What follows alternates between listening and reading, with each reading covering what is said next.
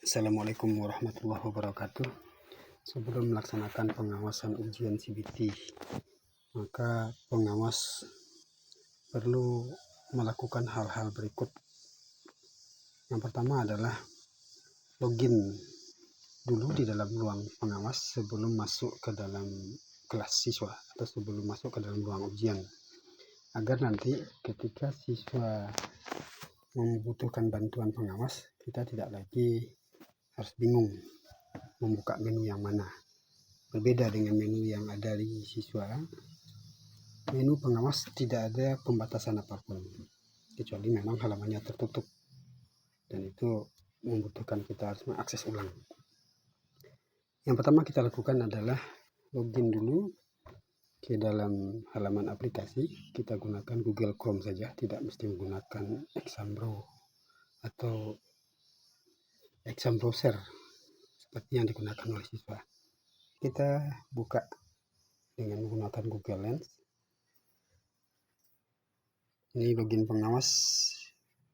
Sebenarnya dengan mengetikkan ini bisa, tetapi biar cepat kita scan QR-nya saja. Seperti ini, tap di link yang muncul halaman login bagi pengawas. Selanjutnya kita masukkan username dengan password. Kalau ada scan-nya, sebaiknya kita scan dengan menggunakan kamera. Kebetulan di HP saya ini ada scannernya di bagian belakang. Nah, ini ID pengawas untuk ruang 1. QR kodenya di pojok kanan. Muncul teks seperti ini, kita pilih tombol salin. Setelah disalin, kita kembali ke halaman login.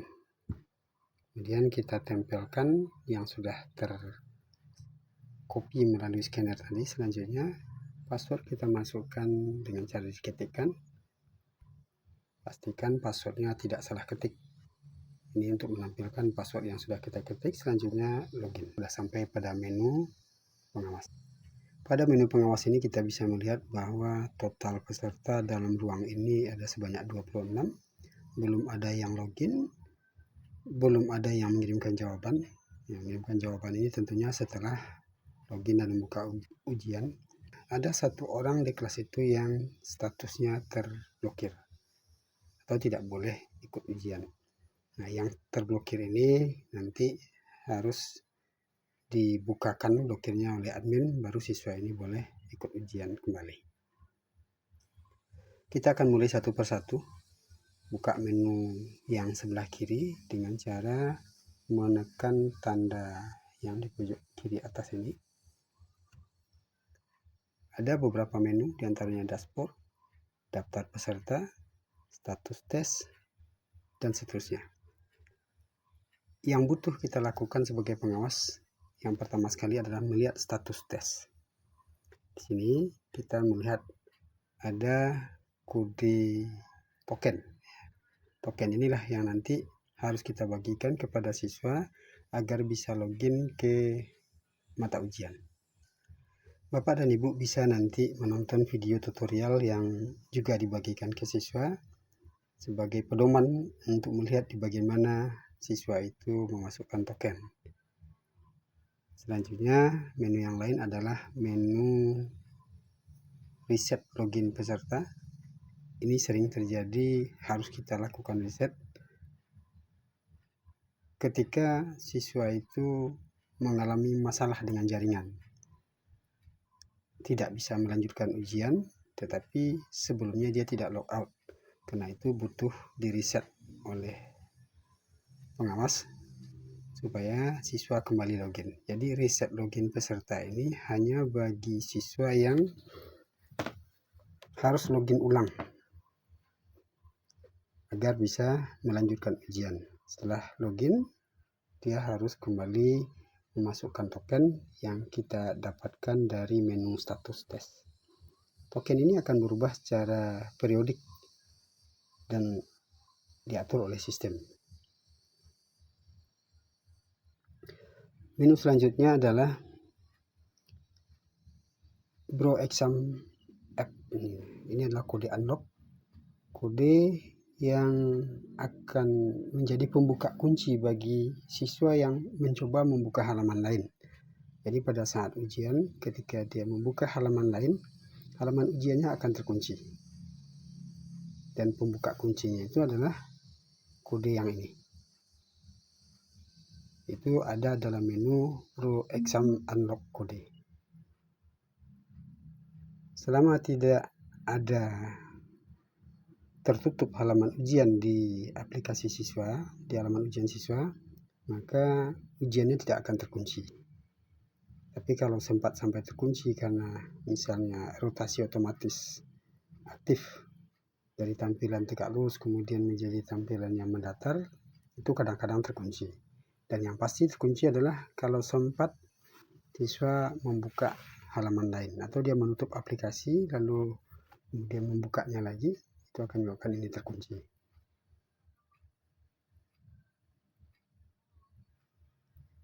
Kita coba buka dashboard.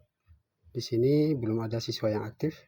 Saya akan coba loginkan satu siswa atau siswa yang digunakan untuk uji coba. Maaf, siswa yang saya maksudkan tidak bisa login karena statusnya yang terblokir ini. Siswa yang akan saya gunakan uji coba adalah ini dia, username-nya 123456 dan statusnya terblokir. Kalau ini sebentar kita lihat dulu. Saya tunjukkan di kamera. Nah, ini dia tampilannya. Username tidak diizinkan untuk login. Karena yang saya masukkan adalah username 1234. Jadi kita buka dulu supaya siswa bisa login. Oke, peserta berhasil di unblock atau berhasil dilepaskan blokirnya. Nah, sini terblokir sudah tidak ada. Saya akan coba loginkan user yang tadi sudah kita buka blokirnya. Sudah berhasil login, tapi di sini belum muncul. Cukup dengan reload halaman ini atau ditarik saja ke bawah, lepaskan lagi. Oke, terlihat siswa aktif 1 orang. Dan ini username yang sudah login 123456. Kemudian kalau seandainya siswa itu butuh kita reset loginnya karena dia mesti pindah ke handphone lain atau ke komputer, Bapak Ibu cukup checklist kemudian reset. Nah, kita pencet tombol reset peserta. Ini akan mengakibatkan siswa yang tadi sudah login dia akan dibuat logout secara paksa. Coba status login berhasil di reset. Kita lihat kembali ke menu dashboard, maka tidak ada lagi siswa yang aktif. Oke, siswa sudah saya loginkan kembali. Kita coba reload. Siswa sudah aktif, tetapi di dashboard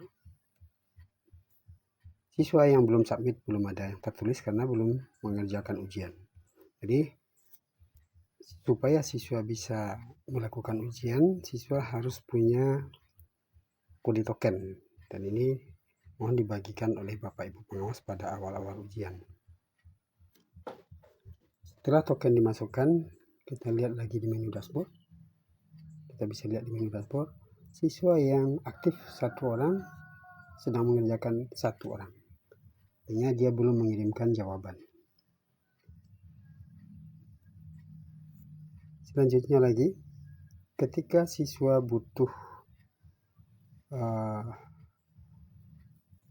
kode unlock, nah kode ini nanti kita berikan kepada siswa yang halaman ujiannya terkunci karena ujiannya sempat tertutup. Bisa jadi karena ada notifikasi terus dia buka, atau barangkali lupa bahwa halaman ujian tidak boleh ditinggal dan dia harus membuka kunci dengan kode unlock yang harus diminta melalui pengawas. Selanjutnya pada dashboard lagi kita bisa lihat yang belum submit ini, artinya dia belum mengirimkan jawaban. Sekarang saya akan coba submitkan atau saya akan coba kirimkan jawaban. Sekarang siswa sudah submit. Lihat kembali di menu dashboard, tidak ada lagi yang belum submit. Kemudian yang ini adalah statusnya masih aktif, artinya siswa belum logout. Kadang di komputer siswa saya coba pilih log. Kemudian setelah siswa logout, Bapak Ibu bisa reload ini mungkin secara berkala. Akan terlihat ada perubahan-perubahan. Ketika ada yang logout, maka jumlah yang masih aktif akan semakin berkurang atau habis sama sekali. Ini artinya siswa sudah selesai atau sudah logout dari ujian dan seharusnya sudah boleh meninggalkan ruangan ujian. Jadi tugas pengawas secara umum itu hanya yang pertama melihat atau memberikan informasi tentang token untuk ujian. Lalu yang kedua, ketika siswa bermasalah jaringannya dan harus login sementara sebelumnya dia tidak logout, maka ini butuh di reset dengan cara dipilih siswa yang sedang butuh untuk di reset checklist dengan menekan tombol checklist ini pada nama yang akan di reset, lalu tekan tombol reset. Tapi kalau misalnya kita pilih yang paling atas, maka semua siswa yang sedang aktif itu akan tercentang namanya. Ketika semuanya tercentang Bapak Ibu reset, maka semuanya akan dipaksa untuk logout.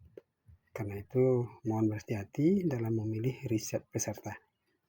Lalu selanjutnya tugas yang harus dikerjakan oleh pengawas melihat kode unlock, dan ini untuk siswa-siswa yang terindikasi curang, maaf dalam tanda kutip, ketika dia sedang ujian dia membuka halaman yang lain sehingga halaman ujiannya jadi tertutup, dan tertutupnya halaman ujian itu akan membuat sistem mengunci tampilan ujiannya, tidak bisa dilanjutkan dan harus dibuka dengan kode unlock yang harus diminta melalui pengawas.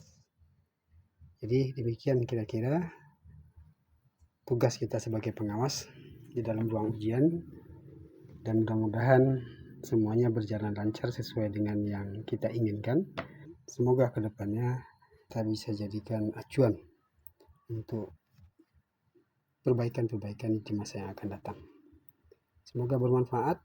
Assalamualaikum warahmatullahi wabarakatuh.